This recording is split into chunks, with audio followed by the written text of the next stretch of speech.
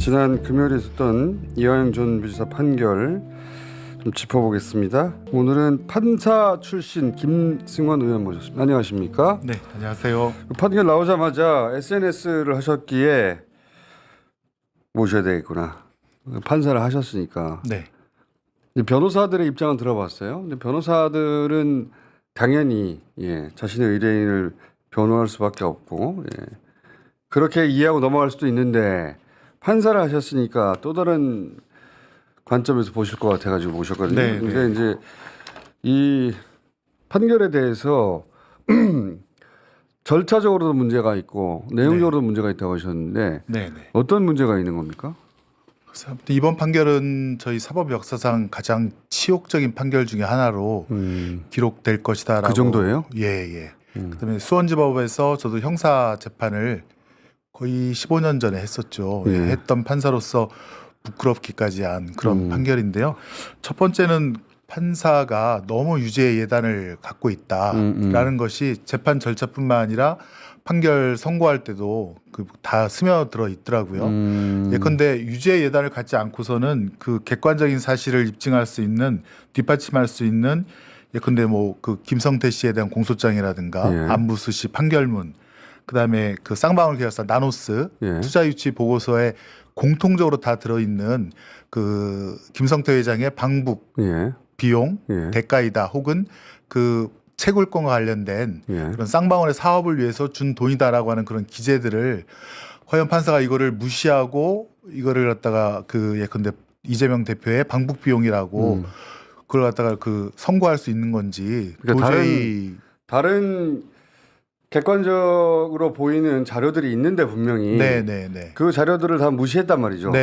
이것은 사실이 아니다라고 무시해버렸는데 그거는 이제 이화영 부지사는 유죄다.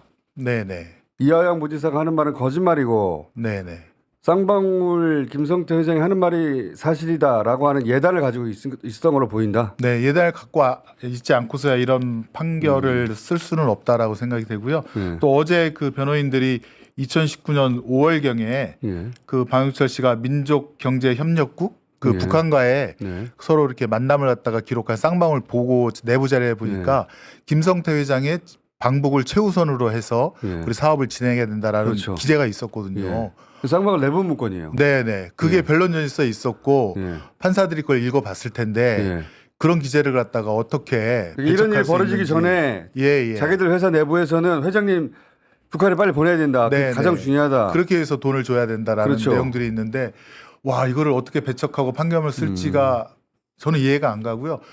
더 과간인 것은 김성태 회장이 이끄는 쌍방울이 견실한 뭐 중간 기업으로서 뭐 그런 해외에다가 그 작은 밀반출로 인한 주가 조작을 할 리가 없다. 거기에 대해서는 제가 빵 터졌는데 이 재판부가 이 신진호 재판장이 하는 재판부가 김성태 회장에 대한 재판도 같이 하고 있었단 말입니다. 그럼 김성태 회장이 뭘 했는지 전과 기록이 거기 다 붙어져 있거든요. 그러면 옛날에 불법 오락 그거 해서 그 2006년도인가요? 그래서 이제 전과 있습니다. 전과가. 그때 이제 바다 이야기가 막 난리가 나갔고 그 투자한 사람들 또 투자했다가 그게 정부에 의해서 금지가 되지 않았습니까? 그래서 자살하신 분들도 많거든요. 그때 제가 판사로 있었습니다. 한 달에도 한 100건씩 그 바다 이야기 재판, 그다음에 황금마차, 황금성 이런 재판을 하고 있었을 텐데 그때 정부의 잘못된 시책으로 인해서 그것이 적법한 줄 알고 들어갔다가 그다음에 된설이 맞은 사람들 또 그런 사행성에 빠져갖고 돈을 탕진한 사람들이 엄청나게 사회적 문제가 있었는데 큰 문제였죠. 김성태 씨가 그거 해갖고 돈을 벌었다는 거 아닙니까? 뭐 예전에 김제 거기서 이제 마늘밭에서 100억이 나왔다는 얘기도 있고 그리고 주가 조작도 있었어요. 김성태 씨가 이제 사채업 서울로 올라와서 뭐 사채업을 했다는 얘기도 있고 그다음에 또 쌍방울을 2010년도에 인수를 하는데 그 인수하면서 뭐 조직원이라는 표현도 쓰던데 그 똘마니들과 함께 주가 조작을 해서 2017년도 18년도에 수사받고 또 유죄로 재판받은 게 있는데 주가 조작의 전력자인데 건실한 기업가가 이런 걸 할 리가 없다? 아니 그 이후에 건실한 기업이 됐을 수는 있는데 그런데 이제 그 이전에 범죄 이력들이 있지 않습니까? 그 범죄 이력이 연속 속상에 있는 속성의 일이잖아요. 주가 조작이라는 게. 그러니까 딴 건 모르겠지만 과거에 주가 조작의 전력이 있네. 네네. 그럼 그건 의심해서 봐야 되는 거 아니에요? 그렇습니다. 그리고 김성태 씨가 사실은 이제 그 전주 오거리파 쪽 전주 조폭 출신이라는 얘기도 있고 아마 그 조사해 보면 사실로 드러날 텐데 제가 이제 수원지법 출신이니까 재판정 분위기도 그쪽 사람들에게 물어보니 김성태 씨 재판할 때는 10명 중에 한 7, 8명이 양복은 입었지만 약간 조직원으로 보이는 그런 사람들이 많이 와 있다는 거예요. 아니 뭐 운동을 해서 그럴 수도 있죠. 저는 딴 거 다 떠나서 그분의 과거는 모르겠는데 그 판결을 이미 받았던 그 주가 조작의 네네. 전력이 있잖아요. 네네. 분명히. 그리고 이번에도 주가 조작 목적으로라고 하는 국정원의 문건이 등장하잖아요. 네네. 그러니까 적어도 건실한 기업으로서 이런 거를 할 리가 없다라고 할 수는 없잖아요. 그렇습니다. 과거에는 지금은 건실한 기업인지 모르겠는데 과거에는 그런 적이 있으니 이번에도 주가 조작의 유혹을 느꼈냐 의심해 볼 수 있잖아요. 네, 그렇습니다. 근데 네. 그거는 절대 그럴 리가 없다고 건실한 기업이 그럴 리가 없다라고 해버리면 어떡해요? 그렇게 단정하면 안 되죠. 근데 두 가지인데요. 국정원 보고서가 그 2급 비밀 보고 서류입니다. 그러니까 네. 국정원 아주 최고위층만 볼 수 있는 건데 거기 팀장이 그 보고서에 근데 허위 사실이라든가 아니면 오판해서 아니면 조금이라도 자기 잘 보이려고 과장했다는 걸 집어넣었다가 보고했다가 나중에 네. 그것이 잘못이다라고 들통이 나면 네. 그 팀장이라든가 그 라인은 완전히 박살나는 거 아닙니까? 네. 그래서 크로스 체크해갖고 신중하게 해서 올린 건데 예, 그것도 3년이나 추적해가지고. 예, 국가가 공인하는 2급 비밀인데 그거를 판사가 그거 신빙성 없다고 그거는 잘못됐고 사실 아니라고 김성태 회장이 말이 맞다고. 예, 건실한 중견 기업가 그럴 리가 없다라고 했는데 그래서 그것도 말이 안 되고 두 번째는 이 올해 2월 달에 배석 판사들이 다 바뀝니다. 그래서 새로운 배석 판사가 2월 말에 이제 법원 인사명령으로 오게 되는데 3월 달부터는 이제 판사가 바뀌면 공판 절차를 갱신해야 되거든요. 옛날에 뭘 했는지 그걸 하나하나 이렇게 다툼이 센 사건들은 판사가 조서도 하나하나 요지도 읽어주고 또 증거물도 보여주고 그러면서 그렇게 하게 될 그거 하는데 9번 정도 재판을 했다는 거예요. 그다음에 이제 4월 8일 날인가요? 변론 종결하고 그다음에 바로 선고를 했다는 건데 그러면 그 배석 판사들은 그동안 2년 동안 또 1년 동안 증인신문을 넘게 했다는데 예. 증인신문한 걸 한 번도 못 본 거예요. 재판정 분위기도 모르고. 그럼 사실 증언의 신빙성을 보려면 그 증인의 표정이라든가 그렇죠. 말을 더듬는가 이런 것들을 다 봐야 되는데 텍스트만으로 알 수가 없죠. 네, 그런 거를 못 보고 다 조서로만 봤다는 거고 그러면 이게 형사 합의니까 합의제 아닙니까? 예. 근데 부장판사가 야, 이 재판은 내가 2년 동안 내가 직접 다 했어. 내가 다 알아. 내가 다 알아. 그러니까 너희들은 혹시 뭐 이의 제기 뭐 그렇게 말할 수도 있고 배석 판사들이 과연 제대로 합의를 할 수 있었을까? 그러니까 이견이 있다 하더라도 이견을 제시할 만 할 수 있었을까? 예, 그걸 갖다 저희는 뭐 공판 중심주의의 실현이라고 하는데 공판 중심주의는 재판하는 판사가 공판정에서 현출된 증거를 충분히 검토하고 탄핵 증거도 본 후에 그다음에 결론을 내리라는 건데 이번 재판은 배석들이 다 바뀐 상태고 공판정에서 증인들이 수십 명이 나와서 얘기를 했는데 그거를 전혀 못 본 배석 판사들이 그 합의에 참여했다고 해서 이거는 합의도 아니다. 그런 것도 그렇구나. 절차적으로 큰 문제고요. 때로는 이제 그 배석 판사들이 동의하지 않아가지고 따로 기재하기도 하고 막 그렇습니다. 예, 추가로 물어보기도 하고 그런 경우도 있는데 이번에는 그게 아니라 네, 이 주심 네, 판사의 뜻이 그냥 거의 관찰된 것으로 보인다. 네, 그렇습니다. 그리고 또 한 가지 절차적으로 문제가 있다고 하셨는데 절차적으로 규정이 지켜지지 않은 게 뭐가 있습니까? 뭐 구속 관련 그 뭐 당사 대등주의에도 위반을 했고요. 그게 뭐냐면 구속을 1년 8개월 정도 시켰는데 1년 8개월. 사실은 네, 어떤 사건에 대해서 구속을 시키고 기소를 하면 6개월 이내에 1심 재판을 끝내라는 거거든요. 그동안 그렇게 6개월 이상 장기화 시키지 마라 구속을. 그래서 6개월 이내에 끝내서 항소심으로 올려보내든 아니면 못 끝낼 것 같으면 보석으로 풀어줘서 그렇죠. 그다음에 재판을 하라는 건데 지금 이거는 1년 8개월이니까 최소 2개의 영장을 새로 발부를 했고 이 정도 되면 6개월로 정한 이유를 알 것 같아요. 이 정도 1년 8개월 이렇게 되면 이미 심신이 패패하고 네네. 그 판단에도 영향을 받고 네네. 그 검찰의 압박을 받을 수도 있고 네네. 여러 가지 정황을 생각해서 6개월이면 보석해라 이거 아닙니까? 1심 네네. 끝내거나. 그래서 사실은 근데 1년 8개월이나 한 거 아니에요? 피고인들이 6개월 동안은 뭐랄까 그 자기가 알고 있는 또 그런 진실을 밝히려고 노력을 하다가 6개월이 넘어가면 이제 심리적으로 무너지기 시작하고 그 이화영 부지사 변호인이라든가 그 부인이 쓴 탄원서를 보면 10개월 되는 해는 진짜 공항까지 와서 너무 힘들다라는 그런 호소문을 재판부에 전달을 합니다. 2번이나 근데 구속 연장됐어요. 예. 그러니까 이거는 어떻게 보면 법원이 최후의 인권의 보루인데 이런 피고인의 변론에 부합하는 객관적인 자료가 있음에도 불구하고 계속 장기간 구속 상태에서 재판을 했다고 하는 것은 이거는 인권 침해 요소도 있다. 그리고 사실은 판사도 전문가 아니니까 이거 검찰이 한꺼번에 기소해도 될 거를 쪼개서 기소한 거거든요. 일부러 그런 거 아닙니까? 일부러 그런 거죠. 괴롭히려고. 그러면 괴롭히려고. 그럼 판사는 그걸 알거든요. 네. 그러면 한 번 정도야 네. 뭐 그래 한 번 정도야 증거인멸 우려가 있으니까 영장을 발부한다 치더라도 그래봤자 1년 아닙니까? 그럼 풀어줘야죠. 근데 이거를 또 영장을 발부해서 했다는 것이고 변호인분들 주장에 따르면 마지막 영장 발부가 증거인멸로 인한 영장 발부인데 이미 그때 증거인멸에 관한 재판은 다 끝났다는 거예요. 증인들도 다 와서 증언하고 그리고 끝났는데 끝난 걸 갖고 영장을 발부했다고 하는 것은 심각한 이건 인신구속에 대한 그 규정 위반이다라고 저는 보여서 그래서 그건 절차적으로도 문제가 있고. 그렇습니다. 예. 가장 심하게 재판한 것 중에 하나. 그거를 또 피고인 변호인이 호소를 했습니다. 그러면서 검찰이 아들의 뭐 그 취업, 그다음에 딸의 결혼 축의금, 지인들의 어떤 행동들 구속시키는 거, 그다음에 경기도청에 대해서 23일간 상주하면서 압수수색하고 12만 페이지의 자료들을 다 가져갔는데 거기에 뭐 이재명 대표라든가 그런 기록이 하나도 안 나오지 않습니까?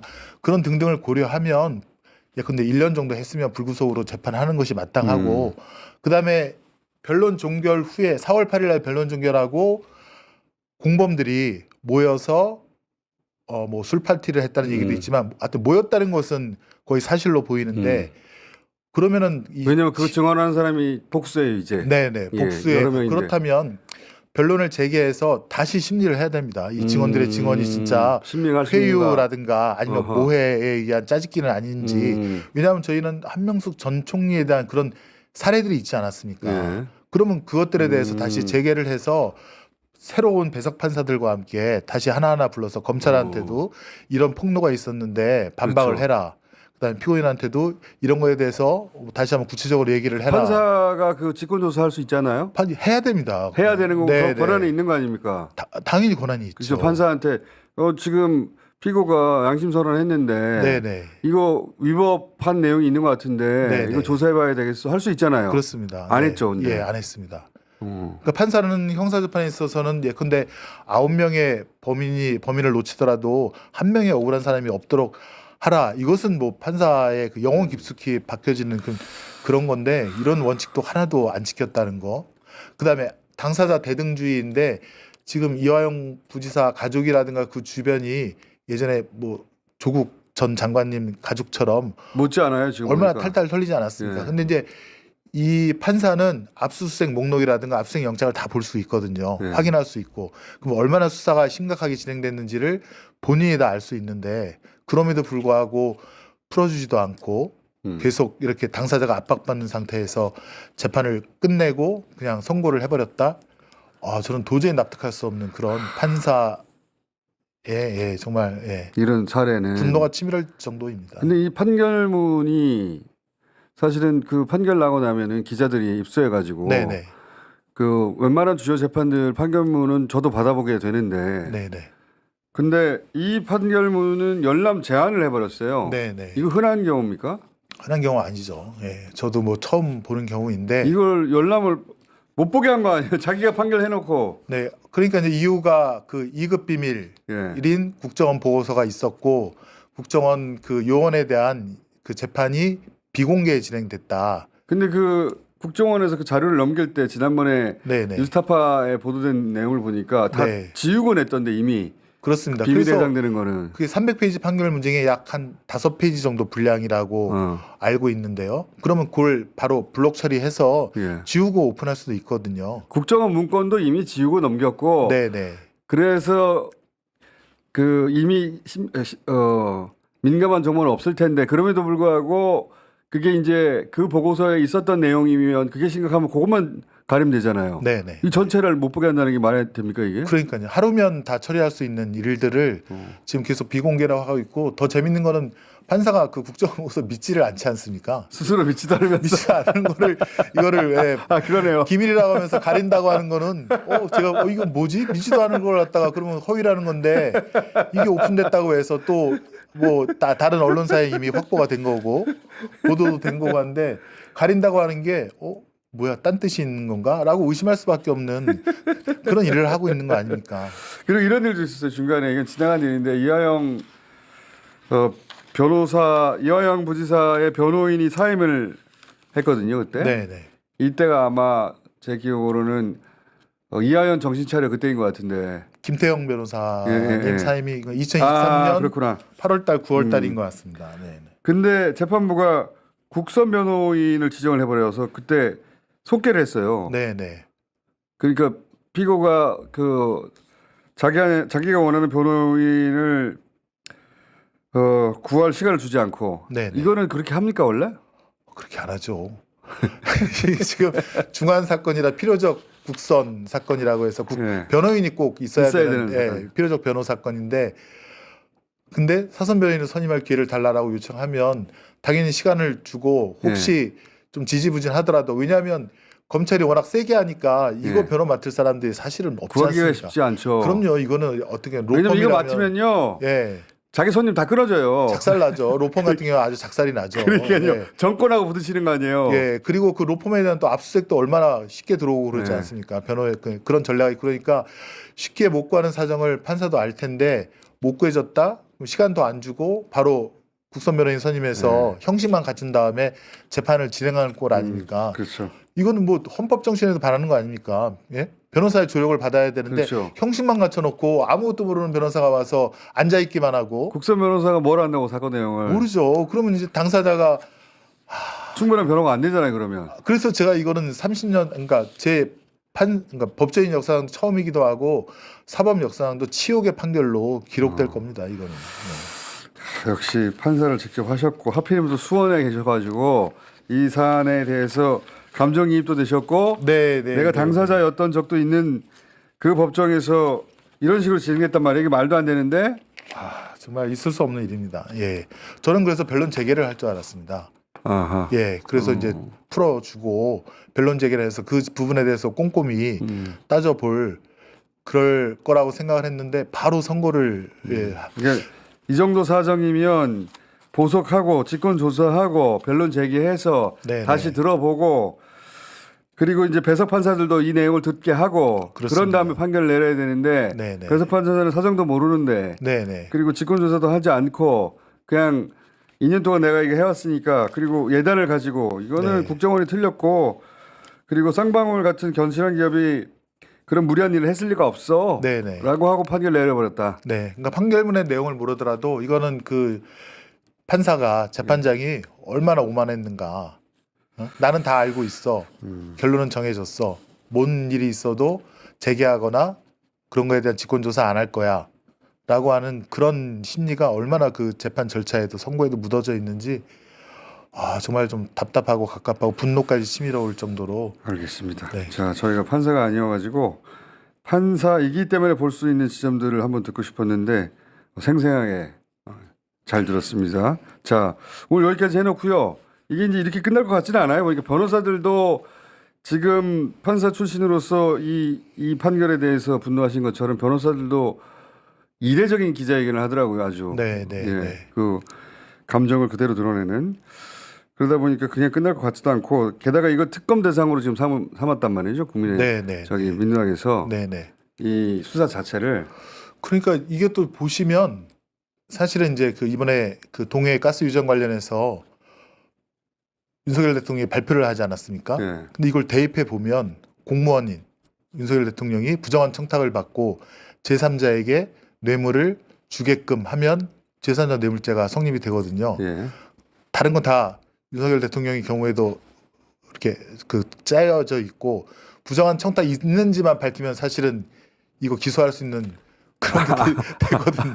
석유를 석유를 그렇게 볼 수도 있다. 아, 그럼요. 그 엑스지온가 그 얼마나 허접한 회사입니까? 근데 거기다가 지금 수십억을 줬다는 거잖아요. 자, 그러면 그 부정한 청탁만 밝혀내면 그건 또 다른 주제니까요. 할수 있는데 그 주제는 다음에 모실게요. 아니 그러니까 지금 정치 검찰이 하는 짓이 예. 이게 다 되치기 당할 수 있는 똑같은 이론으로 똑같은 하는 논리로. 예. 그래서 도대체 이거 어디까지 가려고 하는 건지. 검사가 자기 편이니까 검사가 기소하지 않으면 사건이 없으니까. 그래서 특검을 하면 예. 특검을 하면 부정한 청탁에 대해서만 이 부정이라는 개념이 되게 넓거든요. 뭐 언제든지 기소할 수 있는 그런 시간 낮으니까 이제 예, 들어가 줘야 그런 되겠어요. 것이 될수 있습니다. 이야기가 예, 끊어지지 않아가지고 하실 말씀이 많아서 자 의원님 예. 대신 한 몇 번 더 모시겠습니다. 예. 아, 네. 판사 출신으로 최근의 사건들 중에 이거 야 내가 판사 해봤는데 이거 말도 안 돼 이런 식으로 진행하면 그런 사건들 몇 개 있거든요. 예. 모시고 이야기를 좀 나눠봐야 되겠습니다. 앞으로 자주. 김승원 의원이었습니다. 감사합니다. 네, 고맙습니다.